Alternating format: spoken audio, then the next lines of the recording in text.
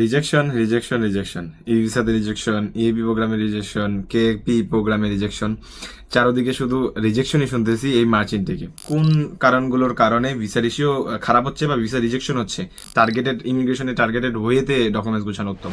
আসসালামু আলাইকুম, আমি রাকিব হোসেন বলছিলাম সাউথ কোরিয়া থেকে। আশা করি আপনারা ভালো আছেন। আলহামদুলিল্লাহ আমিও খুব ভালো আছি।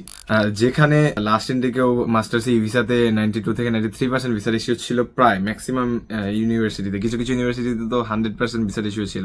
বাট সেখানে এবারকা দেখা যাইতেছে মাস্টার্স ই ভিসাতেও ধুমায় রিজেকশন। যেখানে মাস্টার্স ই ভিসাতে আগে আমরা শুনতাম 100% ভিসা রেশিও, মার্কেটিং যেভাবে করতো আর কি এজেন্সিগুলো, এর উপরে তো কেপি বা ইপি প্রোগ্রামের কথা বাদই দিলাম। রিজেকশন রিজেকশন রিজেকশন ই ভিসাতে রিজেকশন, ইএবি প্রোগ্রামে রিজেকশন, কেপি প্রোগ্রামে রিজেকশন, চারদিকে শুধু রিজেকশনই শুনতেছি এই মার্চ ইনটেকে। তো আজকের ভিডিওতে আলোচনা করব যে মার্চ ইনটেকে এই রিজেকশনের এত রিজেকশন হওয়ার কারণ কি, আর আপনার সামনের ইনটেক গুলোতে যারা কোরিয়াতে আসতে ইচ্ছুক তাদেরকে আসলে কোন জিনিসগুলোতে ফোকাস করা উচিত। তো নো ফার্দার দিলে let's jump to the main video. আর এই রিজেকশনের বিষয়ে আমি মনে করি পার্সোনালি সবচেয়ে বড় কালপ্রিটই হচ্ছে এজেন্সিগুলো, যারা 100% ভিসা রেশিও, কোনো কিছু লাগবে না, এই না সেই না বকর চক্কর বলে মার্কেটিং করে, আর স্টুডেন্টদের কে মানে বোঝায় যে কোনো কিছুই করা লাগবে না, এমনি এমনি করে চলে আসতে পারবেন। এটা হচ্ছে সবচেয়ে বড় কালপ্রিট হচ্ছে এজেন্সি। আবার অনেক ক্ষেত্রে অ্যাপ্লিকেন্ট নিজেই নিজের কালপ্রিট নষ্ট করে, নিজের ভুলের কারণে পরে পোস্তায়, পরে দোষ দেয় এজেন্সির, বা পরে দোষ দেয় ওই পার্সন এটা বলছিল, এটা বলছিল, এই কারণে ভিসা রিজেকশন হয়েছে। এজেন্সি গুলো করে কি, যে 100% ভিসা রেশিও যে একটা ট্যাগ দেয়, ওই অনুযায়ী স্টুডেন্ট লাফায় পড়ে। কিছু কিছু এজেন্সি এমনও শুনছি প্যাকেজ আকারে কাজ করে। ওগুলো তো ওগুলোর কারণেই এই সামনে এই ধরেন ইমিগ্রেশন গুলো একটু স্ট্রিক্ট হচ্ছে, নানান নিয়ম কানুন চালু হইতেছে, এটা সেটা বক্ক চক্কর। মানে জাস্ট একাডেমিক সার্টিফিকেট দিয়ে আসলে হবে, আর কিছু করা লাগবে না, প্যাকেজ আকারে কাজ করতেছে। যেখানে ওরা রিজেকশন করে আসতেছে এটা বলে না, কিন্তু ওই যে ধরেন 5-10টা 20টা 50টা ভিসা হইতেছে, ওইটাই মার্কেটিং করে। বাট এই 5-10টা ভিসা হওয়ার ক্ষেত্রে যে আরো 900 জন 1000 জন অ্যাপ্লাই করছে, এটা আর বলে না। আবার অনেক অনেক ক্ষেত্রে দেখা যায় ওই যে ব্যাংক সলভেন্সি কিনে মানুষ জমা দেয় এজেন্সির থেকে। অনেক ক্ষেত্রে অ্যাপ্লিকেন্টও একটা গায়ে ছাড়া ভাব যে ভাই এজেন্সি তো বলছে 100% ভিসা দিছো, ভিসার আগে তো কোনো টাকা লাগবে না, সমস্যা কি, আমি দিয়ে দিই। ওর ভিসা হলো না, ঠিক আছে, ওর আর্থিক 5-10 হাজার টাকা বেশি খরচ হয় নাই, বাট ও যে কোরিয়া থেকে ব্ল্যাক লিস্টেড হয়ে গেল, ওদের পরের বার অ্যাপ্লাই করতে পারবে না। আর এই এই সুযোগটা নিতে গিয়ে ধরেন হয়তো বা এই সুযোগটা 10 জন নেয়, 10 জনের মধ্যে যে কোনো একজনের ভিসা হয়, ওই একজনকে নিয়ে মার্কেটিং করে পরের বার আরো 20 জন অ্যাপ্লিকেন্ট ওরা পাওয়া যায়। যারা প্যাকেজ আকারে কাজ করে তাদের লাভের কথা তো আর নাই বললাম। যাই হোক, সো এজেন্সি যেমন কালপ্রিট, অনেক ক্ষেত্রে স্টুডেন্টরাও অনেক মানে নিজেরটা নিজেই নষ্ট করে। কারণ আপনার ওরা গায়ে ছাড়া ভাব থাকে যে হয়ে যাবে, কোনো সমস্যা নেই, এই সেই বকচ্চা করা, নানান মানুষের নানান বুদ্ধি, নানান ইটি নিয়ে অনেক ক্ষেত্রে দেখা যায় যে ওরা মেইন ডকুমেন্টেশনের ফোকাস দেয় না। যাই হোক, বেশি বিস্তারিত পড়তে গেলে আবার এজেন্সি আলারা আমাকে আবার দেখা যায় ধুয়ে দিবে। যাই হোক, তো স্টুডেন্টদেরও দোষ আছে, এজেন্সিরও দোষ আছে। সো এখন বলি যে আসলে আমি যতটুকু বুঝলাম এই অবধি, যে মার্চ ইনটেকের যে রেশিওটা দেখে, যে আসলে কোন কারণগুলোর কারণে ভিসা রেশিও খারাপ হচ্ছে বা ভিসা রিজেকশন হচ্ছে। ইভেন দে মনে শুনতেছি ভিসা স্টুডেন্টস নাম্বার পেয়েও এম্বাসি ফেস করেও হয়তো বা রিজেকশন হয়েছে, এরকম কিছু একটা নিউজও শুনছিলাম।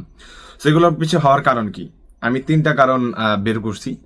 এই 3টা যদি ধরেন আপনারা মোটামুটি সলভ করতে পারেন, আশা করি সামনে ইনটেকগুলো তো আপনাদের জন্য ভালো কিছু হবে। সো এর মধ্যে প্রথম কারণ হচ্ছে এসওপি। অনেক এজেন্সি শুনলাম, অনেক অ্যাপ্লিকেন্টদের কাছ থেকে শুনলাম যে এসওপি জমাই দেয় না, বা ওদের জন্য যে এসওপিটা ওরা বানাইছে এজেন্সি, এখন ওটা চ্যাটজিপিটি দিয়ে বানাইছে নাকি প্রফেশনাল কোনো এসওপি রাইটার দিয়ে বানাইছে আল্লাহ জানে, ওদেরকে দেখাই নেই যে আসলে ওদের এসওপিটা কিরকম বানাইছে বা কি। আবার অনেক ক্ষেত্রে এসওপি জমাই দেয় না। তো এই একটা গেল কারণ। এসওপিটা অবশ্যই খুব সুন্দরভাবে প্রফেশনাল, যদি আপনি লিখতে না পারেন প্রফেশনাল এসওপি রাইটার দিয়ে লেখাবেন, ওই যে চ্যাটজিপিটি বকচক্কর দিয়ে লেখানোর দরকার নাই। আর এজেন্সির উপরে আমি মনে করি রিলাই না করাটাই উত্তম, যদি না তাদের কোনো প্রফেশনাল এসওপি রাইটার থেকে থাকে। আর যদি এসওপি রাইটার থেকেও থাকে, তারা যে এসওপিটা বানা দিব, তারা অবশ্যই আপনি একবার জমা দেওয়ার আগে জানবেন যে ভাই আপনারা কি আমার তরফ থেকে এসওপি লিখছেন, ওটা আমাকে একটু দেন, আমি দেখি। এরপরে হচ্ছে যে ব্যাংক স্টেটমেন্ট, ব্যাংক সলভেন্সি। এখন তো বুসান ইমিগ্রেশন পুরো স্ট্রিক্ট হয়ে গেছে, 6 মাসের ব্যাংক স্টেটমেন্ট অবশ্যই দিতে হবে। সো সামনে অন্য সব ইমিগ্রেশন গুলো হবে, সো চেষ্টা করেন 6 মাসের ব্যাংক স্টেটমেন্ট দেওয়ার জন্য। এই যে ইনটেকে যারা 6 মাসের ব্যাংক স্টেটমেন্ট দেয় নাই, অনেকের হয়েছে আবার অনেকের হচ্ছে না। সো অবশ্যই 6 মাসের ব্যাংক স্টেটমেন্ট দেওয়ার চেষ্টা করবেন। আর হচ্ছে ব্যাংক সলভেন্সি। এখন মানে জিনিসটা অনেকে এরকম করে যে ধরেন $20,000 ভার্সিটি অ্যাপ্লিকেশনের 2-4 দিনের আগে রাখছে। ওই যে একটা রিকোয়ারমেন্টস আছে না, যে ভার্সিটি অ্যাপ্লিকেশন 1 থেকে 1.5 মাস আগে, 2 মাস আগে অ্যাকাউন্টে টাকা রাখাটা ভালো। অনেকে করে কি, ধরেন ভার্সিটি অ্যাপ্লিকেশনের 2-4 দিনের আগে টাকা রাখছে, ব্যাংক সলভেন্সি যেই অ্যামাউন্টটা দেখানো দরকার ওটা এক্সাক্ট অ্যামাউন্ট দেখায় নাই, ওর থেকে কম দেখাইছে। যেমন $20,000 দেখানো দরকার, আমি মনে করি যে যেহেতু তাহলে 25 লক্ষ টাকা সেফ জোন, সো তার থেকেও কম দেখাইছে। সো এখানে একটা ধরেন ওর ড্রব্যাক গেল বা মাইনাস পয়েন্ট গেল। সো ব্যাংক সলভেন্সির ক্ষেত্রে অবশ্যই স্ট্রিক্ট হবেন। কিছু কিছু ইউনিভার্সিটির ক্ষেত্রে কিন্তু যেমন ইপির ক্ষেত্রে 3 মাস আগেও ব্যাংক সলভেন্সি রাখতে হয়, বা ভার্সিটি অ্যাপ্লিকেশনে 3 মাস আগে অ্যাকাউন্টে টাকা রাখতে হয়। তো অবশ্যই প্রফেশনাল কোনো এজেন্সি দিয়ে কাজ করাবেন। অবশ্যই যে ইউনিভার্সিটিগুলো আপনি টার্গেট রাখছেন সেগুলো সেই ইউনিভার্সিটির রিকোয়ারমেন্টস অনুযায়ী, যে ধরেন প্রত্যেকটা ইমিগ্রেশনে তো আলাদা রিকোয়ারমেন্টস থাকতে পারে, প্রত্যেকটা ইউনিভার্সিটির আলাদা রিকোয়ারমেন্টস থাকতে পারে। সো টার্গেটেড ইমিগ্রেশনে টার্গেটেড ওয়েতে ডকুমেন্টস গুছানো উত্তম, এটা মাথায় রাখবেন। Third is savings account. এইবার আমি ম্যাক্সিমাম যারা রিজেকশন খাইছে তাদের দেখলাম, আমি আগের ভিডিওগুলোতে বলছিলাম অবশ্যই অবশ্যই স্পন্সারের সেভিংস অ্যাকাউন্টে $20,000 রাখবেন। বেশিরভাগ পাকনাগুলো করছে কি, এই যে এজেন্সির কথা শুনে যে এফডিআর দিয়ে ভিসা হয়, বা এফডিআর দিয়ে হয়, বাট আপনি রিস্কটা কেন নেবেন? আপনার দরকার নেই তো রিস্কটা নেওয়ার। আপনি সেভিংস অ্যাকাউন্টে দেখেন, যেটা ক্রাইটেরিয়া ওইটা দেখেন। এফডিআর দিয়ে হয়, বাট আপনি যে এফডিআর দিয়ে রিজেকশনও খায় ওইটা তার কেউ বলে না। সো সেভিংস অ্যাকাউন্টে অবশ্যই $20,000 দেখাইবেন, যে 25 লক্ষ টাকা ওটা সেভিংস অ্যাকাউন্টে দেখাইবেন।